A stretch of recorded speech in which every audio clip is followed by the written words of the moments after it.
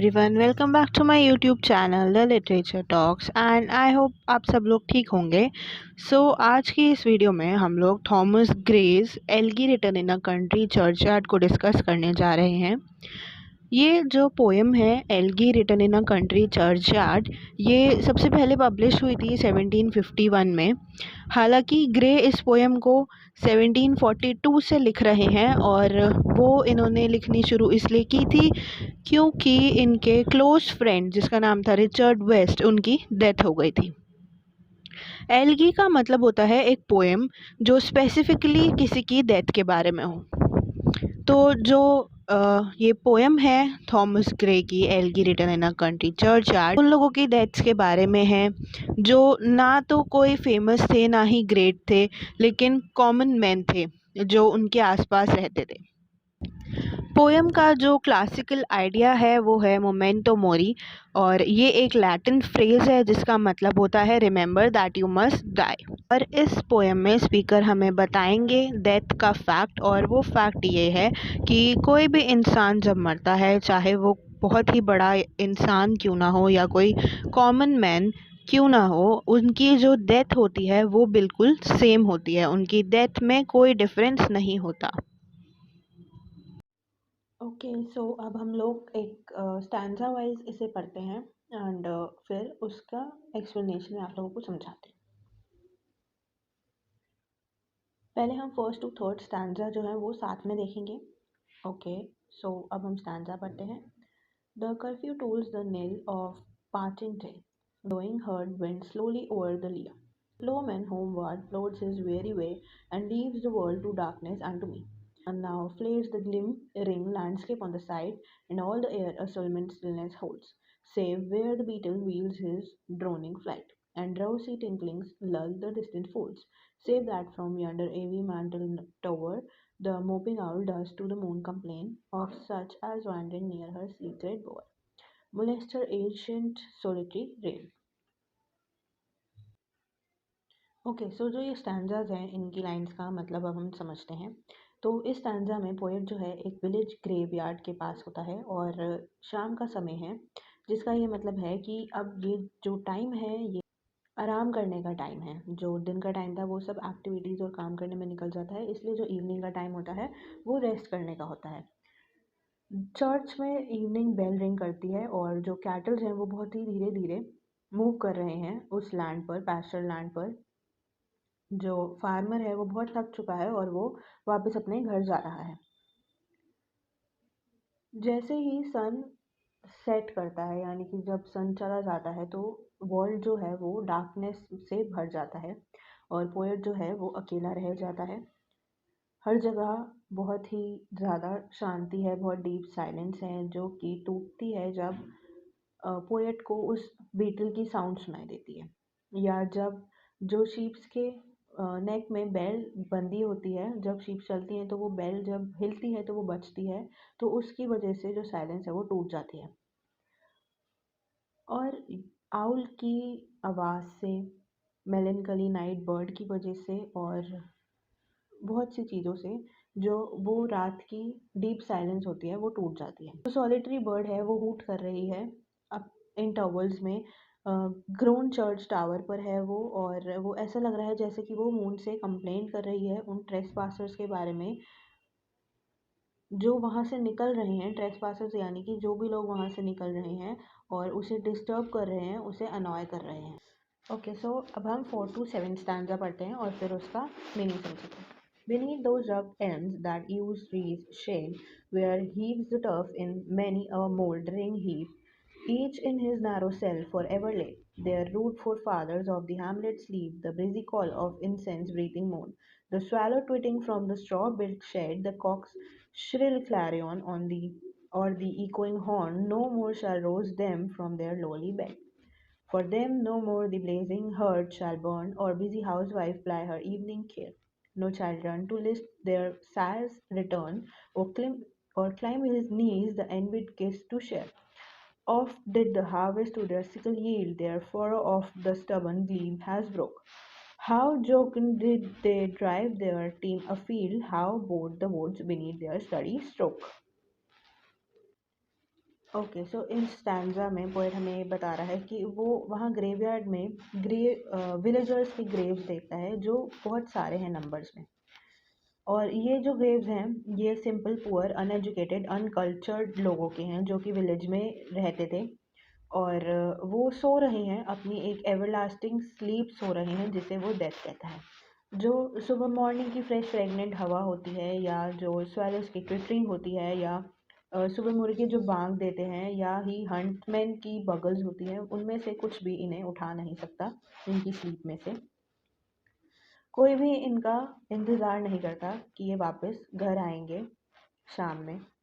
और इनकी वाइफ्स जो हैं वो कोई प्रिपरेशन नहीं करती क्योंकि उन्हें पता है ये वापस नहीं आएंगे। और इनके चिल्ड्रन पर इनके गले नहीं लगना चाहते क्योंकि उन्हें पता है कि उनके फादर जो हैं वो वापस नहीं आएंगे। ये जो विलेजर्स थे जब जिंदा थे जब अलाइव थे बहुत हैप्पी थे। वो जैसे भी परफॉर्म कर रहे थे वो अपनी जो भी उनकी ड्यूटीज़ थी वो जैसे भी निभा रहे थे वो बहुत खुश थे।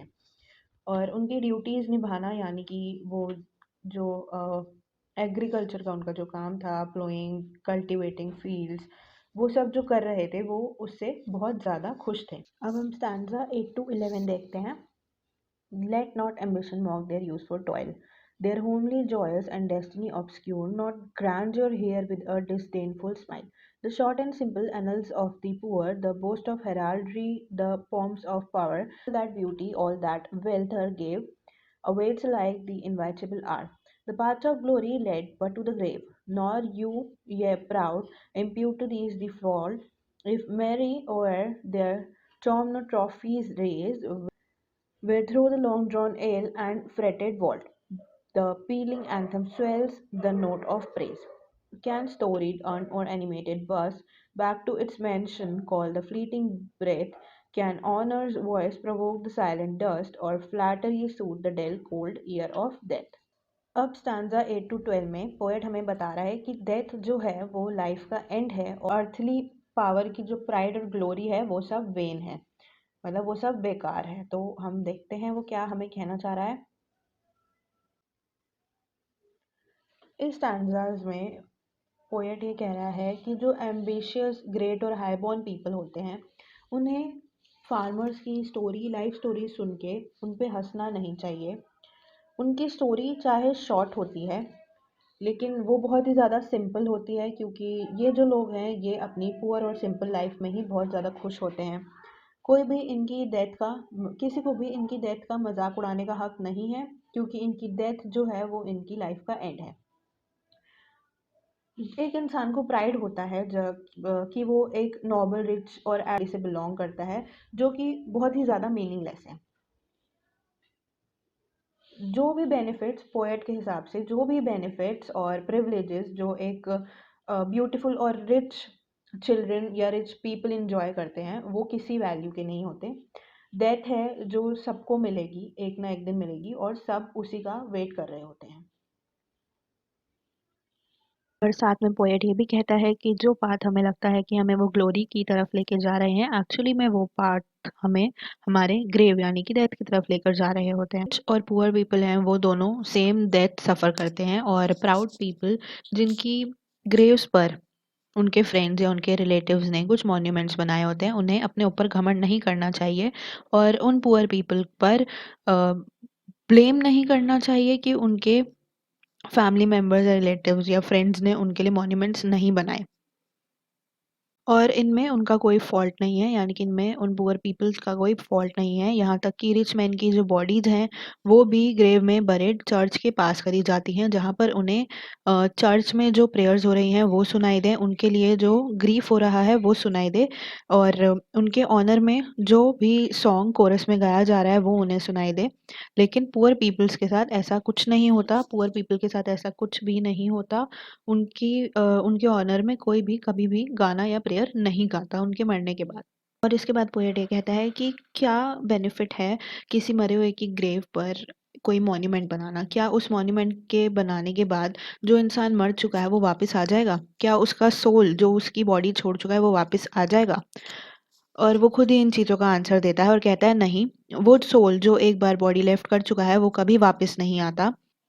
हम चाहे उस डेड का कितना भी प्रेज़ क्यों ना कर लें कि वो लाइफ़ में कितना अच्छा था, वो प्रेज़ उसे कभी भी वापस नहीं ला सकती, उसकी बॉडी एक्टिविटीज़ को कभी भी वापस नहीं ला सकती और ना ही कोई फ्लैटरी वर्ड्स जो हैं, वो उस डेड बॉडी को कन्फर्ट कर सकते हैं या प्लीज़ कर सकते हैं, ताकि वो दोबारा लाइफ़ उनमें आ जाए। लेकिन जो डेड है, वो ऑब्वियसली नहीं सुन सकता क्योंकि वो लाइफ़लेस और इनसेंसिबल हो चुका है। Next stanzas 12 to 16. Perhaps in this neglected spot is laid some heart once pregnant with celestial fire, hands that the rod of empire might have swayed or walked to ecstasy the lying lyre.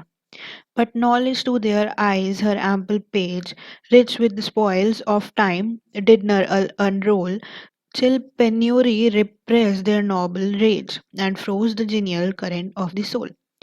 Full many a gem of purest ray serene the dark unfathomed caves of ocean bear. Full many a flower is born to blush unseen and waste its sweetness on the desert air. Some village Hampden that with dauntless breast the little tyrant of his fields withstood.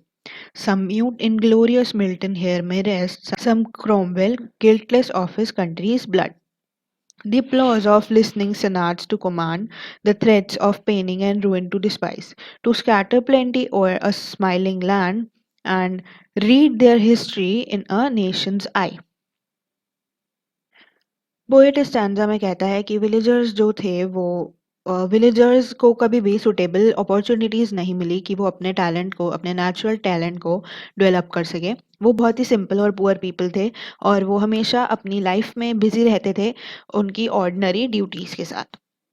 उनमें से कुछ जो थे उनमें शायद natural abilities थी लेकिन वो कभी भी उन्हें डेवलप नहीं कर सके और ना ही उन्हें यूज़ कर सके कि वो कोई इनोवेटिव या वैल्यूएबल कुछ प्रोड्यूस कर सकें उसके साथ। उनमें से कुछ में शायद एबिलिटी थी कुछ बनने की यानी कि एक ग्रेट पोएट या किंग या कोई म्यूजिशियन बनने की, लेकिन वो सब लेकिन एज़ हमने कहा कि वो पुअर थे तो ये उनके बस में नहीं था कि वो ऐसा कुछ कर सकें। उन्हें अलाउड नहीं था कि वो खुद को एजुकेट करें या वो कुछ नई चीज़ या कुछ भी नया लर्न करें। उनके लिए जो बुक ऑफ नॉलेज थी वो हमेशा बंद रही है। पोएट इन स्टैंजास में ये भी कहता है कि नेचर और मैन के बीच एक बहुत ही क्यूरियस पैरेलल रिलेशनशिप है, या हम ये कह सकते हैं कि सिमिलैरिटी है। और वो सिमिलैरिटी ये है कि नेचर जो है नेचर में बहुत सारी ब्यूटी है जो ओशंस के अंदर है और काफ़ी ऐसी जगहों पर हैं जहाँ पर कोई मैन जाके उसे नहीं देख सकता। जैसे कि किसी फॉरेस्ट में बहुत ही सारे सुंदर ब्यूटीफुल फ्लावर्स हैं, लेकिन वो ऐसी जगह पर ग्रो कर रहे हैं जहाँ पर उन्हें कोई देख नहीं सकता। लाइक एक वाइल्ड फॉरेस्ट में बहुत ही ब्यूटीफुल क्यूट फ्लावर्स ग्रो कर रहे हैं। उनकी ब्यूटी परफेक्ट है, शेप, कलर, फ्रेगनेंस सब है, बिल्कुल परफेक्ट फ्लावर्स हैं वो। लेकिन उनकी ब्यूटी जो है वो वेस्ट जा रही है। वो वेस्ट जा रही है, क्यों वो वेस्ट जा रही है? वो वेस्ट इसलिए जा रही है क्योंकि वो एक वाइल्ड फॉरेस्ट में ग्रो कर रहे हैं और वहाँ उन्हें देखने कोई नहीं जाएगा। और इसी तरह काउंटलेस मेन हैं हमारी सोसाइटी में, ह्यूमन बीइंग्स हैं जिनके पास रेयर नेचुरल एबिलिटीज़ हैं, लेकिन उन्हें कभी चांस नहीं मिलता कि वो अपनी एबिलिटीज़ को शो कर पाएँ या डेवलप कर पाएँ। उनकी एबिलिटीज़ जो हैं वो उनमें ही छुपी रह जाती हैं, कभी-कभार तो उसी इंसान को पता नहीं होता कि वो कुछ कर सकता है और अल्टीमेटली वो इंसान उन एबिलिटीज़ के साथ ही मर जाता है। पोएट उन ग्रेवयार्ड्स को देखकर सोचता है, कहता है कि इनमें से जो ये लोग मर गए हैं, इनमें से किसी में फ़ियरलेस स्पिरिट होगी जैसे जॉन हैम्पडन के पास थी या किसी के पास रेयर पोएटिक एबिलिटीज़ होंगी जो जेफ मिल्टन के पास थी, या किसी में स्टेटमैनशिप हो सकती है, कोई मिलिट्री जीनियस हो सकता है। लेकिन इन लोगों ने अपना टैलेंट डेवलप नहीं करा और उसी टैलेंट के साथ वो मर गए। इनकी जो पोजीशन थी, ये जिस लाइफ से गुजर रहे थे, इनकी उसी लाइफ ने इनके टैलेंट को कभी आगे नहीं आने दिया। इनका जो टैलेंट था वो हमेशा इनकी पार्टी की वजह से इनके अंदर छुपा रह गया और ये हमेशा अननोन रहे हैं। एक फार्मर की तरह रहे हैं, एक पुअर फार्मर की तरह रहे हैं और ये कुछ भी अपनी कंट्री के डेवलपमेंट में कंट्रीब्यूट नहीं कर पाए हैं। Stanza 17 to 19. Their lot forbade nor circumscribed alone their growing virtues, but their crimes confined, forbade to wade through slaughter to a throne, and shut the gates of mercy on mankind. The struggling pangs of conscious truth to hide, to quench the blushes of ingenious shame, or heap the shrine of luxury and pride with incense kindled at the muse flame. Far from the madding crowd's ignoble strife, their sober wishes never learned to stray. Along the cool, sequestered valley of life, they kept the noiseless tenor of their way. Stanza में poet ये कहता है कि जो उन poor people का behaviour था, जो उनका हम्बलनेस, उनकी काइंडनेस थी, उस वजह से वो कभी भी आगे नहीं बढ़ पाए, अपनी लाइफ में कुछ ग्रेट नहीं कर पाए। लेकिन उनके इसी बिहेवियर ने उन्हें काफ़ी गलत काम करने से भी रोका था। पोएट कहता है कि जैसे कि उन पुअर पीपल, जो वो पुअर लोग थे, वो किंगशिप ऑब्टेन कर सकते थे किसी को भी, किसी इनोसेंट पीपल को मार के या उसके साथ कुछ भी करके, लेकिन उन्होंने ऐसा नहीं किया। वो कभी भी क्रूअल नहीं थे, कभी भी हार्टलेस नहीं थे। उनके पास हमेशा उन्हें लव की फीलिंग का पता था, उन्हें पता था गुडविल क्या होती है, और उन्हें पता था कि फेलो मैन के लिए सिंपैथी होना कितना ज़रूरी है। उन्होंने कभी भी अनडिग्निफाइड और इग्नोबल मीन को अडॉप्ट नहीं करा। किसी भी चीज़ को अचीव करने के लिए सेल्फिशनेस के थ्रू उन्होंने कभी कुछ ऐसा काम नहीं करा। उन्होंने उन्होंने कभी भी झूठ नहीं बोला और कभी भी इमोरल एक्ट नहीं करा उन्होंने, ना ही उन्होंने कभी फ्लैटर या रिच या पावरफुल पीपल को फ्लैटर करने की कोशिश करी, किसी भी मीन्स से, चाहे वो पोएट्री ही क्यों ना हो। और उन्होंने हमेशा एक सिंपल पीसफुल लाइफ लीड की है और कभी भी अपने पार्ट से डेविएट नहीं हुए। Next stanza 22 to 23. Yet even these bones from insult to protect some frail memorial still erected high.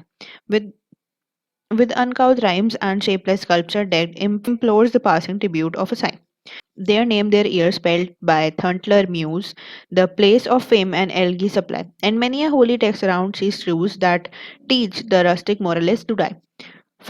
For who to dumb forgetfulness a prey, this pleasing anxious being resigned, left the warm precincts of the cheerful day, nor cast one longing, ring look behind. Some food breast the parting soul relies, some pious drops the closing eye requires, even from the tomb the voice of nature cries, even in our ashes, live their wonted fires.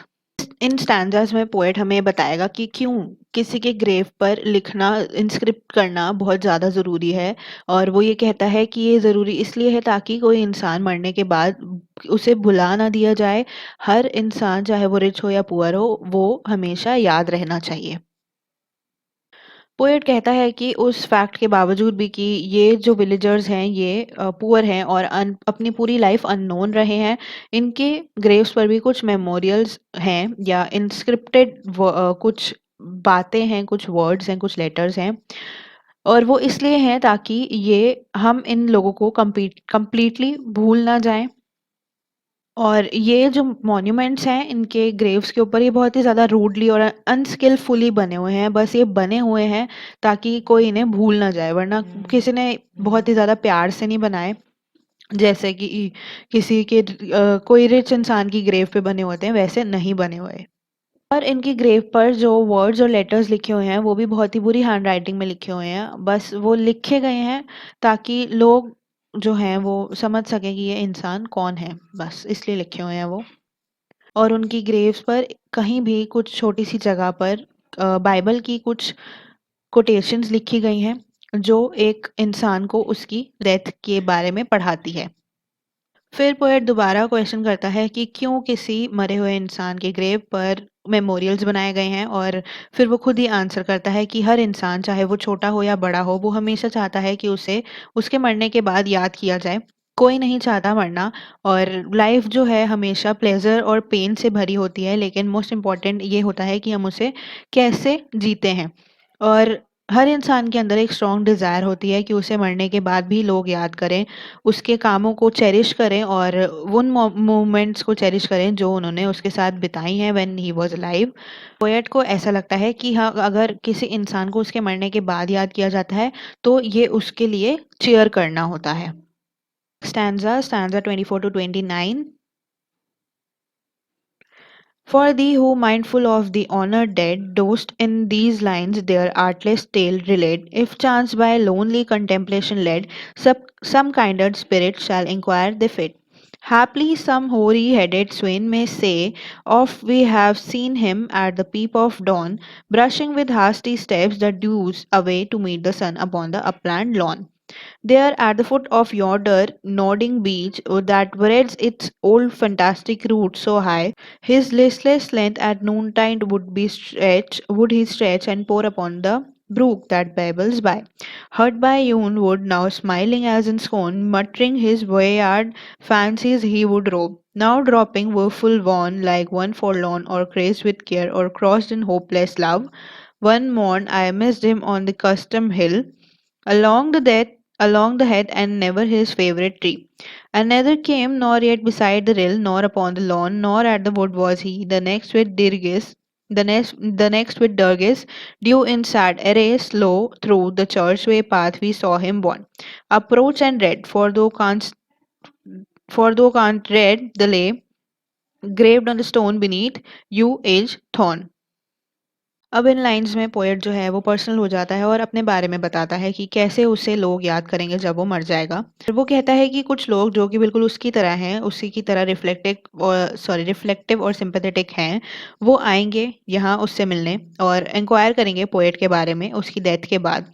अ, कुछ villagers भी आएँगे वहाँ उनकी grave पर जब उन्हें पता लगेगा कि पोएट जो है वो अब नहीं रहे, और उन्हें जब पता लगेगा कि पोएट जो है वो एक दिन पहले इस माउंटेन पर आए थे राइजिंग सन को देखने, और यहाँ अपलैंड लॉन में पहुँचने के बाद वो नीचे ग्रास पर लेट जाते हैं और फुली स्ट्रेच करते हैं अपने आप को, इंटेंटली गेज करते हैं और मतलब वहाँ पर एक वहाँ पर एक छोटी-सी स्ट्रीम होती है, वहाँ पर पोएट जो है उसे देखते रहते हैं और उसकी मर्मरिंग साउंड को सुनते रहते हैं। पोएट जो है वहाँ पर डिफरेंट मूड्स में दिखाई दिए उस माउंटेन पर। वो कभी इधर-उधर घूम रहे थे, कभी वो अपने आप से बातें कर रहे थे और कभी-कभार वो अपनी लोनलीनेस में ही कुछ सोचे जा रहे थे। कभी वो डिस्ट्रैक्टेड थे, कभी वो एंग्ज़ायटी में थे और कभी वो बहुत ही डिसअपॉइंटेड लवर की तरह लग रहे थे। लाइफ इसी तरह बीतती जा रही थी और वो दिन आया जब पोएट मर गए और उनकी बॉडी जो थी उन्हें ग्रेवयार्ड में बरिड कर दिया गया, और उनके टॉम्बस्टोन पर भी कुछ लाइंस, कुछ वर्ड्स इंस्क्राइब कर दिए गए जो उनके कैरेक्टर और पर्सनालिटी के बारे में बहुत ही अच्छे से बताते थे। अब जो है अब हम एपिटा पढ़ने जा रहे हैं। एपिटा होता है कि उनके ग्रेवयार्ड पर, उनके टॉम्बस्टोन पर जो लाइन्स इंस्क्राइब्ड की गई हैं उनके बारे में, जिनसे उनकी कैरेक्टर और पर्सनैलिटी के बारे में पता चलता है, उसे एपिटा कहते हैं। तो ये जो 3 स्टैंजाज़ हैं पोएम के, ये वही हैं। तो अब हम इन स्टैंजाज़ को पढ़ते हैं और उसके बाद इनका मतलब समझते हैं। Here rests his head upon the lap of earth, a youth to fortune and to fame unknown. Fair signs frowned not on his humble birth, and melancholy marked him for her own. Large was his bounty, and his soul sincere. Heaven did a recompense as largely send. He gave to misery all he had a tear. He gained from heaven toil all he wished, a friend. No father seek his merits to disclose or draw his frailties from their dread abode. They alike in trembling hope repose, the bosom of his father and his God. In lines में poet जो है वो अपने बारे में, अपने character के बारे में बता रहे हैं जो उनके ग्रेवयार्ड पर लिखा जाएगा जब वो मर जाएँगे। तो जो पोएट है वो अपने लाइफ टाइम में पुअर और अननोन थे, लेकिन उनके पास बहुत सारी नॉलेज थी। वो एक मैन थे जिनमें मेलनकॉली डिपोज़िशन थी। मेलनकॉली डिपोज़िशन का मतलब होता है कि उनके अंदर बहुत सैडनेस थी। ही वाज़ वेरी सिंसियर और जेनरस थे वो नेचर से, और सिम्पैथेटिक थे हार्ट से। उनके खुद के बहुत सारे मेरिट्स और डीमेरिट्स हैं, यानी कि उनकी बहुत अच्छाइयाँ भी थी और साथ ही में बुराइयाँ भी थी उनकी। और अब जब उनकी डेथ हो चुकी है तो उनका जो सोल है वो गॉड के साथ है, और वो हम लोग चाहते हैं, मतलब उस पे लिखा हुआ था ग्रेव पे, जिन्होंने भी लिखा वो चाहते हैं कि इनका जो सोल है उसे गॉड फॉरगिव करे उन सब गलत कामों के लिए जो इन्होंने किए, और जिनके लिए इन्हें पनिशमेंट मिलनी चाहिए उनके लिए इन्हें पनिशमेंट मिले। Okay, so that's all for today guys. I hope आप लोगों को जो ये जो ये पोएम है समझ आई हो। सो आपके एग्ज़ाम शुरू होने वाले हैं, semester 4th। I wish you all the best और ढंग से पढ़ना। अभी तो चलो ऑनलाइन है, फिर ऑफलाइन होने वाले हैं, मेरे भी ऑफलाइन है। All the best, bye bye, take care, मिलते हैं।